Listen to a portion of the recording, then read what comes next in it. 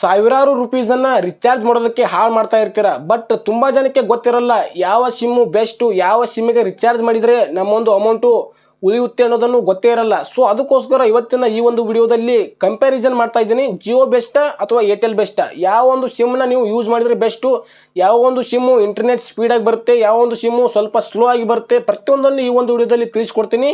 ನೀವೇನಾದರೂ ಇದೇ first time ನಮ್ಮೊಂದು YouTube ಚಾನಲ್ಗೆ ಬಂದಿದ್ದರೆ ಪ್ಲೀಸ್ ನಮ್ಮೊಂದು ಚಾನಲ್ನ ಸಬ್ಸ್ಕ್ರೈಬ್ ಮಾಡ್ಕೊಳ್ಳಿ, ವಿಡಿಯೋಕ್ಕೆ ಲೈಕ್ ಮಾಡಿ ಮತ್ತು ವಿಡಿಯೋ ಹೇಗಿತ್ತು ಅಂತ ಒಂದು ಕಮೆಂಟ್ ಮಾಡಿ. ಓಕೆನಾ, ಬನ್ನಿ ಗಾಯ್ಸ್ ಇವಾಗ ವಿಡಿಯೋ ಕಡೆ ಹೋಗೋಣ. ಸೊ ಮೊದಲಿಗೆ ಬಂದುಬಿಟ್ಟು ಜಿಯೋ ಸಿಮ್ ಬಗ್ಗೆ ಮಾತಾಡ್ತೀನಿ.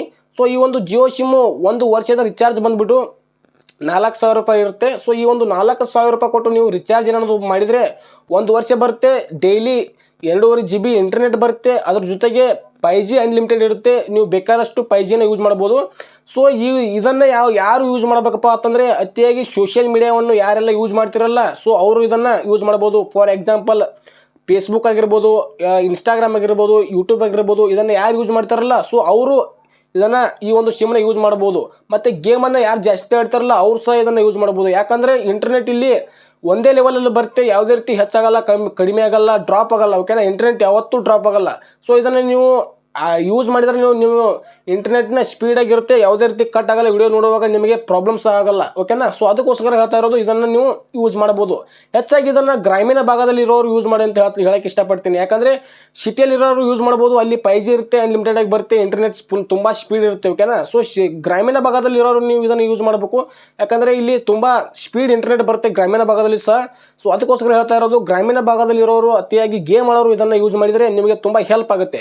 ಓಕೆನಾ, ಸೊ ಮತ್ತೆ ಇಲ್ಲಿ ಏನು ಬೆನಿಫಿಟ್ಸಪ್ಪ ಅಂತಂದರೆ ನಿಮಗೆ ಗೂಗಲ್ ಜೆಮಿನೈ ಪ್ರೋ ನಿಮಗೆ ಅನ್ಲಿಮಿಟೆಡ್ ಆಗಿ ಸಿಗುತ್ತೆ. ಎಷ್ಟು ಬೇಕಾದರೂ ವಿಡಿಯೋಸ್ ಜನರೇಟ್ ಮಾಡ್ಬೋದು, ಅನ್ಲಿಮಿಟೆಡ್ ಫೋಟೋಸ್ಗಳನ್ನ ಜನರೇಟ್ ಮಾಡ್ಬೋದು. ಒಂದು ವರ್ಷದವರೆಗೆ ಫ್ರೀ ಇರುತ್ತೆ. ಅದ್ರ ಜೊತೆಗೆ ನಿಮಗೆ ಏನಂದರೆ ಕೆಲವೊಂದಿಷ್ಟು OTT ಪ್ಲಾಟ್ಫಾರ್ಮ್ಗಳು ಫ್ರೀಯಾಗಿ ಸಿಗುತ್ತೆ. ಫಾರ್ ಎಕ್ಸಾಂಪಲ್ ಹೇಳಬೇಕಪ್ಪ ಅಂತಂದರೆ ಜಿಯೋ ಹಾಟ್ಸ್ಟಾರ್ ಆಗಿರ್ಬೋದು, ಇನ್ನಿತರ ಅಪ್ಲಿಕೇಶನ್ XYZ.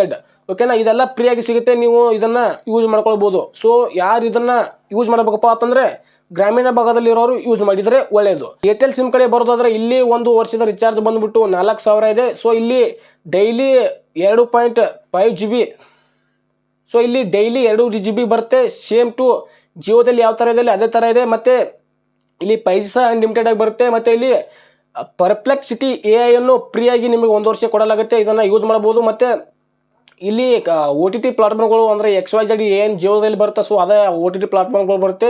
ಜಿಯೋ ಹಾಟ್ಸ್ಟಾರ್ನ ಫ್ರೀಯಾಗಿ ನೋಡ್ಬೋದು ಒಂದು ವರ್ಷದವರೆಗೆ. ಮತ್ತು ಇದನ್ನು ಯಾರು ಯೂಸ್ ಮಾಡಬೇಕಪ್ಪ ಅಂತಂದರೆ ಸಿಟಿಯಲ್ಲಿ ಇರೋರು ಯೂಸ್ ಮಾಡಿದರೆ ತುಂಬ ಒಳ್ಳೆಯದು. ಯಾಕಂದರೆ ಗ್ರಾಮೀಣ ಭಾಗದಲ್ಲಿ ಇದೊಂದು ಇಂಟರ್ನೆಟ್ ಎಲ್ಲ ಸ್ವಲ್ಪ ಡ್ರಾಪ್ ಆಗುತ್ತೆ. ಓಕೆನಾ, ಈ ಜಾಸ್ತಿ ವಿಡಿಯೋಸ್ ನೋಡೋರು ಮತ್ತು ಏನಾದರೂ ಗೇಮ್ ಆಡೋರು ಇದ್ದರೆ ಸೊ ಇಂಟರ್ನೆಟ್ ಬರಲ್ಲ, ಸೊ ಹೋಗೋದು ಬರೋದು ಮಾಡುತ್ತೆ. ಅದಕ್ಕೋಸ್ಕರ ಹೇಳ್ತಾ ಇರೋದು ನೀವು ಜಿಯೋ ಸಿಮ್ಮನ್ನು ಯೂಸ್ ಮಾಡಿದರೆ ಉತ್ತಮ ಅಂತ ಹೇಳಕ್ಕೆ ಇಷ್ಟಪಡ್ತೀನಿ.